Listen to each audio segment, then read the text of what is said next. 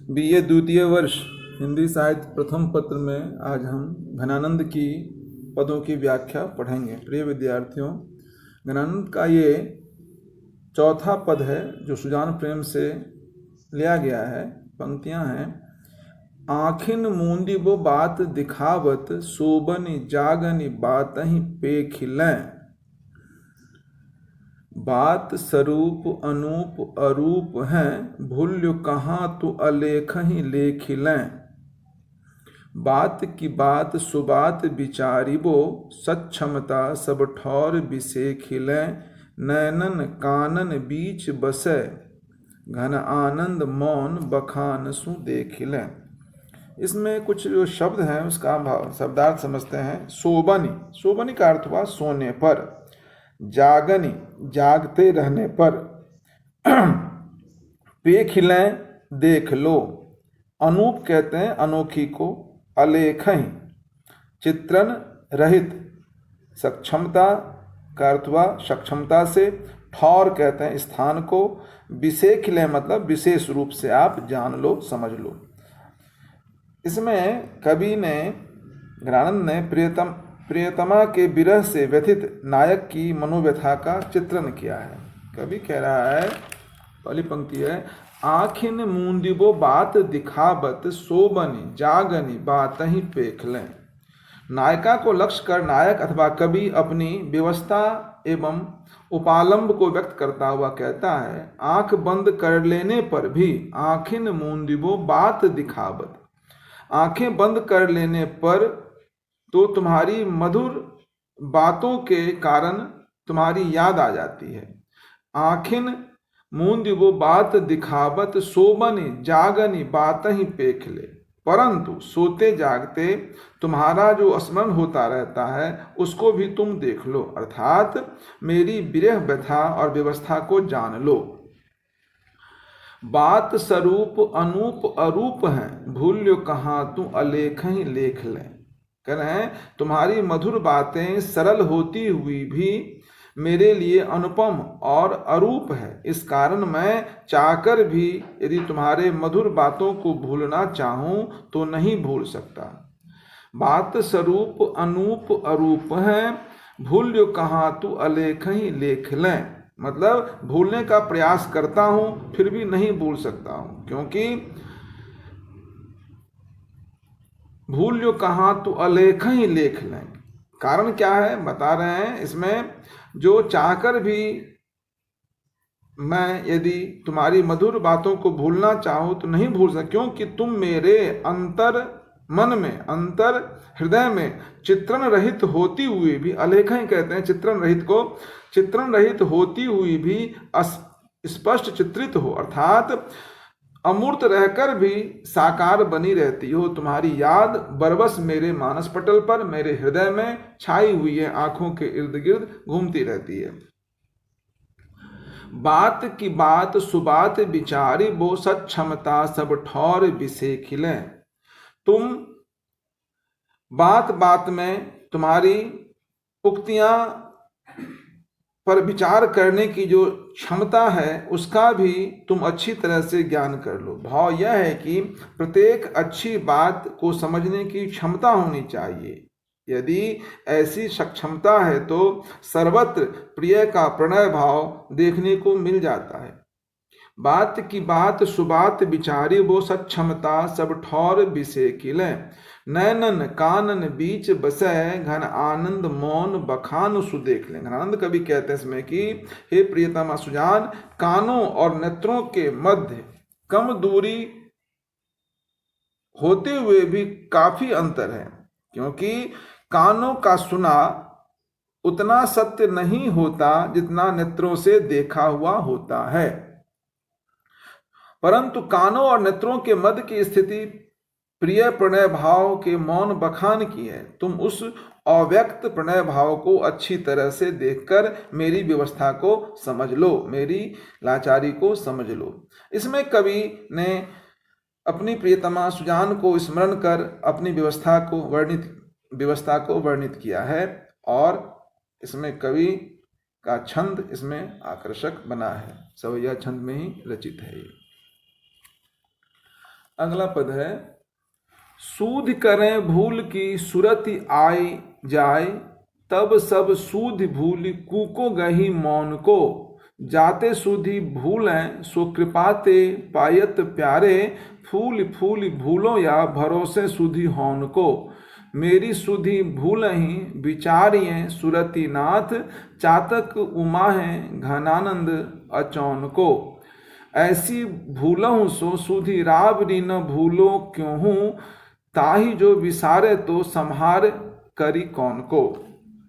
सुधी कहते हैं याद को, कूकों मतलब करुण विलाप करूं, फूली मतलब प्रसन्न होकर, उमाहे मतलब उत्सुकता से युक्त, अचौन मतलब आचमन करके, रावरी कहते हैं आपकी, संहारो मतलब संभालने के अर्थ में। ये पंक्ति भी विरहिणी नायिका के मनोभावों का चित्रण किया गया। इसमें कह रहे हैं, सुधी करो भूल की सूरत आए जाए, तब सब सुधी भूल कूकों गही मौन को। इसमें विरहिणी नायिका अपने प्रियतम श्री कृष्ण को लक्ष्य करके कहती है कि जब मैं अपने प्रियतम के वियोग को भूलने की चेष्टा करता हूँ, सुधी करो भूल की, प्रियतम के वियोग को भूलने की चेष्टा करती हूँ तो बार बार उसकी पूर्व स्मृति, पूर्व याद ताजा हो जाती है, और तब मैं अपनी सारी सुध बुध खोकर एकांत में चुपचाप मौन रहकर करुण क्रंदन करती रहती हूँ। सूद करे भूल की सूरत आए जाए, उनकी याद आती जाती है, तब सब सुध भूली कूको गही मौन को, तो मैं मौन होकर के एकांत में चुपचाप करुण क्रंदन करती रहती हूँ। इस प्रकार प्रीतम की स्मृति भी अतीब कष्टकारी रहती है। फिर कह रहे हैं, जाते सुधि भूलों सो कृपा ते पायत प्यारे। पहली पंक्ति का अर्थ है, जिस उपाय से मैं अपनी पूर्व स्मृति समाप्त हो जाए, मेरी पूर्व स्मृति समाप्त हो जाए, वह तो प्रियतम का सामीप्य पाने से ही संभव है। जाते सुधि भूलों सो कृपा ते पायत प्यारे, उनकी कृपा से ही, कृपा का अर्थ हुआ उनका सामीप्य लाभ होने से ही संभव है, उनकी स्मृति नहीं आए। फूली फूली भूलों सो भरोसे सुधी होन को, इसलिए मैं बार बार प्रियतम की पूर्व स्मृतियों को प्रसन्नता से याद करती रहती हूँ और इसी भरोसे पर रहती हूँ कि वे इस तरह मेरे द्वारा स्मरण किए जाते रहने से अवश्य मुझे याद करेंगे और मेरे समीप आएंगे। उनके समीप आने से उनका सानिध्य मुझे प्राप्त होगा, उनका मुझे सामीप्य लाभ होगा। फिर कह रहे हैं, मेरी सुधि भूल ही विचार ये सुरति नाथ, चातक उमा है घनानंद अचौन को। कवि घनानंद के वर्णानुसार विरहिणी नायिका कहती है कि प्रियतम श्री कृष्ण मेरी व्यथा को एकदम भूल गए हैं। कैसे भूल गए हैं? जिस प्रकार चातक स्वाति नक्षत्र के जल का आचमन करने के लिए उत्साहित रहता है, उसी प्रकार मेरी स्मृति भी आपके प्रेम भावों को स्मरण रूप में अपनाकर आनंदित होती रहती है। मेरी सुधि भूल ही विचार ये सुरति नाथ, चातक उमा है घनानंद अचौन को। चातक से तुलना की गई है। जिस प्रकार से चातक पक्षी स्वाति नक्षत्र की बूंद पाने के लिए लालायित रहता है, उसी प्रकार मैं आपके स्मरण के लिए हमेशा आतुर रहती हूँ, आपको याद करती रहती हूँ। ऐसी भूलों सो सुधि राबरी न भूलों क्यों हूँ, ताही जो विसारे तो संहारो फिर कौन को। कर इसलिए हे प्रियतम, आपको भूलने से तो इस तरह आपको स्मरण करना ही श्रेष्ठ है। फिर मैं क्यों आपको भूलने की चेष्टा करूं? यदि मैं आपको भूल जाऊं तो फिर मुझे कौन संभालेगा? अर्थात मेरी विरह व्यथा का निवारण अन्य कौन कर सकेगा? आप ही एकमात्र मेरे प्रेम समर्पण का निर्वाह कर सकते हैं। यहाँ नायिका के स्मरण, नायक वियोग दशा का और स्मरण नामक वियोग दशा का चित्रण कर कवि ने उसकी व्यवस्था, अनन्यता, उपालंब एवं रति भाव का एक सुंदर वर्णन किया है।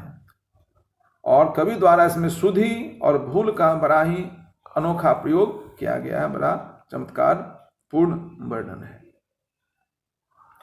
अगला है पद, तब तो छवि पीबत जीवत हैं, तब तो छवि पीबत जीवत हैं, अब सोचन लोचन जात जरे।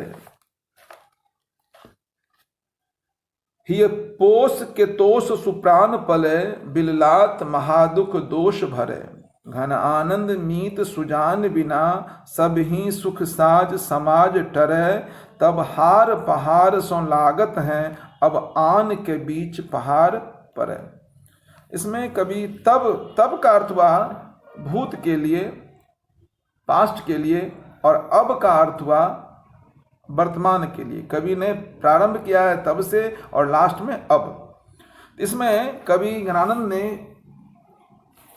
विरही के संयोग और वियोग का स्पष्ट अंतर कर रहा है, दोनों स्थितियों की तुलना कर रहे हैं। पहले का अर्थ हुआ तब का अर्थ प्रारंभ, तब संयोगावस्था में छवि का अमृत पान करके नेत्र जीते थे, और अब वियोगावस्था में वे ही विषम ज्वाल विष ज्वाल के समान जल रहे हैं। प्राण पहले प्रेम के पोषण से पुष्ट हो रहे थे, अब दुख में गल रहे हैं। ये दोनों का बड़ा ही सुंदर तुलनात्मक वर्णन किया गया है।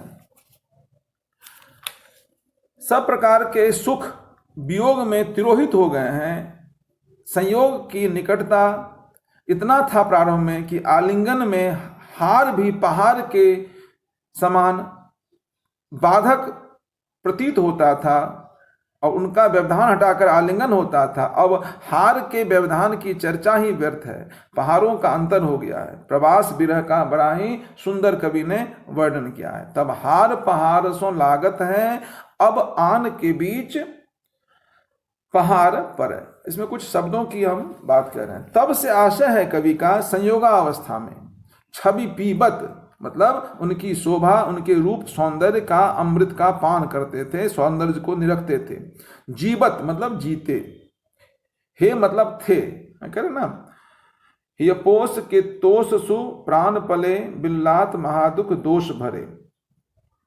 अब कह रहे हैं हित प्रेम, हित मतलब हुआ प्रेम के अर्थ में, पोष मतलब पोषण, तोष कहते हैं तुष्टि को, सु मतलब भली भांत अच्छी प्रकार से, सुंदर के अर्थ में है। बिललात्मक मतलब व्याकुल हो रहे हैं, दोष कहते हैं क्लेश के अर्थ में। साज मतलब विधि विधान, साज सज्जा। टरे मतलब हट गए, दूर हो गए। हार मतलब जो पहनने की मोतियों की माला होती है, उससे आशय है कवि का। हैं का अर्थवा थे के अर्थ में। बीच मतलब प्रिय और मुझ विरही के मध्य। इसमें विरही विरहावस्था में स्वयं अपनी विषम परिस्थितियों का पर्यालोचन कर रहा है। कह रहा है वह संयोगावस्था से अपनी सांप्रतिक वियोगावस्था की तुलना करके यह अंतर पा रहा है। तब तो छवि पीबत जीवत हैं, अब सोचन लोचन जात जरे। कह रहे हैं तब तो मेरे नेत्र प्रिय के सौंदर्य सुधा का पान करके जी रहे थे, अब उनके विरह के अनेक विध चिंताओं से ग्रस्त होकर वे जले जा रहे हैं। तब तो छवि पीबत संयोगावस्था में उनके रूप सुधा का पान करके मन प्राण जीवित था, अब जब योगावस्था में है तो उनकी सोच से ही स्थिति बड़ी विकट हो रही है। मतलब कह रहे हैं यह तो नेत्रों की शरीर के बाहरी अवयव की स्थिति में विषम अंतर हुआ। शरीर के भीतर अब जो प्राणों की स्थिति यह थी कि हिय पोष के तोष सुप्राण पले, बिललात महादुख दोष भरे। अब कह रहे हैं शरीर के भीतर प्राणों की स्थिति यह थी कि वे प्रेम का पोषण आकंठ पाकर उससे छक कर अघाकर भली भांत पल रहे थे। केवल उनका नेत्रों की भांत जीना भर नहीं हो रहा था, वे विकसित हो रहे थे, फल फूल रहे थे। पर अब वे ही प्राण उस पोष के अभाव में अत्यंत दुख और दोष से भर गए हैं और कोई पूछने वाला नहीं है। इसलिए कह रहे हैं, इसलिए बिलबिला रहे हैं। हिय पोष के तोष सुप्राण परे, बिललात महादुष दोष भरे। इसमें संयोगावस्था और वियोगावस्था का बड़ा ही अद्भुत चित्रण कवि घनानंद ने किया है। घन आनंद मीत सुजान बिना, सब ही सुख साज समाज टरे। तब हार पहाड़ से लागत हैं, अब आन के बीच पहाड़ परे। अब कह रहे हैं दुख का दूर होना तो दूर की बात है, कोई सांत्वना देने के लिए भी नहीं है। साथियों या सहानुभूति व्यक्त करने वालों का अभाव ऐसा हो गया है कि उन आनंद के घन सुजान मित्र के वियोग के साथ ही एक एक करके सुख के न साज रह गए और न समाज रह गए। घन आनंद मीत सुजान बिना सभी सुख साज समाज टरे। यहाँ पे साज और समाज से बता रहे हैं, जो कैसे लोग सब एक एक करके सुख के जो साधन थे वो भी नहीं रह गए और न समाज ही, सभी धीरे धीरे टल गए हैं, देखी अनदेखी करके चले गए। यदि किसी के माध्यम से प्रिय के निकट संदेश ही भेजना हो तो न तो संदेश देने वाला कोई रह गया है, न प्रिय इतना पास है कि जोर से पुकार कर ही उसे अपनी वेदना सुनाई जा सके। जिस प्रकार कह रहे हैं, तब हार पहाड़ से लागत है, अब आन के बीच पहाड़ पर है। जिस प्रिय का निकटता संयोगावस्था में इतना अधिक था कि उनके और मेरे बीच हार का व्यवधान भी पहाड़ की भांति अत्यधिक जान पड़ता था। अब प्रिय इतने दूर हो गए हैं कि उनके और मेरे बीच एक नहीं अनेक पहाड़ आ गए हैं। इसमें कवि ने इस बात की व्याख्या की है। और कुछ शब्दों का अर्थ समझ लेते हैं। पीबत का अर्थ यहाँ पे कवि कह रहे हैं पीते थे। स्पष्ट है कि छवि पेय पदार्थ के रूप में कल्पित है। वह छवि सुधा है,